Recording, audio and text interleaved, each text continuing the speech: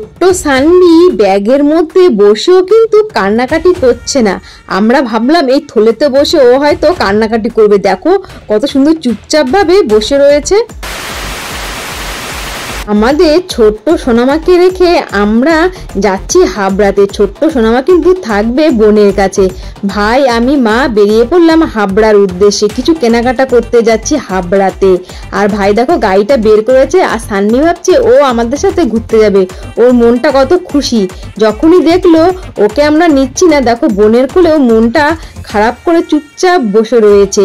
তারপর আমরা বেরিয়ে পড়লাম, আর মাম্মামের দিকে তাকাচ্ছিলাম আর টাটা দিচ্ছিলাম। মনটাও খারাপ লাগছে যে সোনা মাম্মামকে রেখে আমরা সবাই মিলে চলে যাচ্ছি। বলতে বলতে আমরা ঠাকুরনগর প্ল্যাটফর্মে পৌঁছে গেছি। ওখান থেকে টিকিট কেটে আমরা চলে আসলাম 2 নম্বর প্ল্যাটফর্মের দিকে।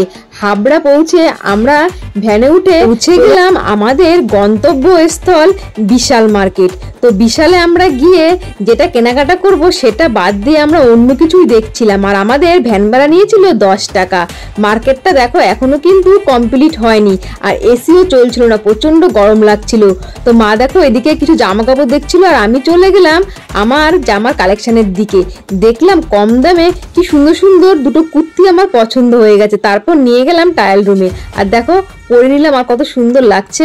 মাত্র 99 টাকা এই কুর্তিটার দাম। কত সুন্দর না দেখতে, আর এটার দাম নিয়েছিল 150 টাকা।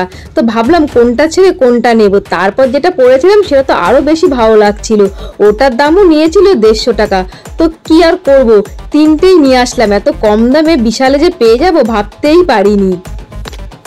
জন্য কি এসেছে লাভ ল্যাব থেকে, এটা এসেছে দেখো, এটা হচ্ছে সানভি ব্যাগ এসেছে সানভিকে নেওয়ার জন্য কেরিয়ার। এই দেখো এখন খোলা হবে। ভাই দেখো ভালো এসছে নাকি আবার পাল্টাতে হবে। সানভি এবার ব্যাগে ঘুরবে, ওই দেখো খাচ্ছে। সানভি এবার ব্যাগে ঘুরবে, সানভি এবার ব্যাগে ঘুরবে, ওর বড় মিমি ওকে খাইয়ে দিচ্ছে। দেখি ব্যাগটা খুলে কেমন কোয়ালিটিটা। ভাইকে বললাম তুই এই ব্যাগটা আনবক্সিং কর। ভাই দেখো খুলছে। তারপর না আমরা বুঝতে পারছিলাম না সোনা মাম্মামকে কি করে নেব। ভাই কিন্তু অনেকক্ষণ থেকেই চেষ্টা করছিল সোনা মাম্মামকে কি করে নেবে। খেতে গেলেই কান্না করতে হয় নাকি মাম্মা? হ্যাঁ খেতে গেলে কান্না করতে হয়। আর এইদিকে দেখো এই ব্যাগটা খুলছে ভাই, আর ও দিদিয়া বলছে ভূতের কাছে দিয়ে আসবে। এই মাম্মা কান্না করতে হয় নাকি? হ্যাঁ হ্যাঁ দেখি তোমার কেরিয়ারটা কেমন এসেছে। ওকে খেতে গেলে একদম লোকজন পুরো একদম মানে আসতে হয়, হট্টগোল করতে হয়, হট্টগোল করতে হয়। একটা তো আমি অর্ডার দিয়েই দিয়েছি অনেক আগে। এবার আমি ভাবছি আমার সোনা মাম্মাম কি এই ব্যাগের মধ্যে থাকতে চাইবে। যেহেতু আমাদের সবার বাড়ি খুব কাছাকাছি, গাড়িতে যাতায়াত করতে হয়। আমি অনেকদিন থেকে জয়কে বলছিলাম এরকম একটা কেরিয়ার সোনা মাম্মামের জন্য অর্ডার দিতে। জয় কিন্তু দিয়েই দিল।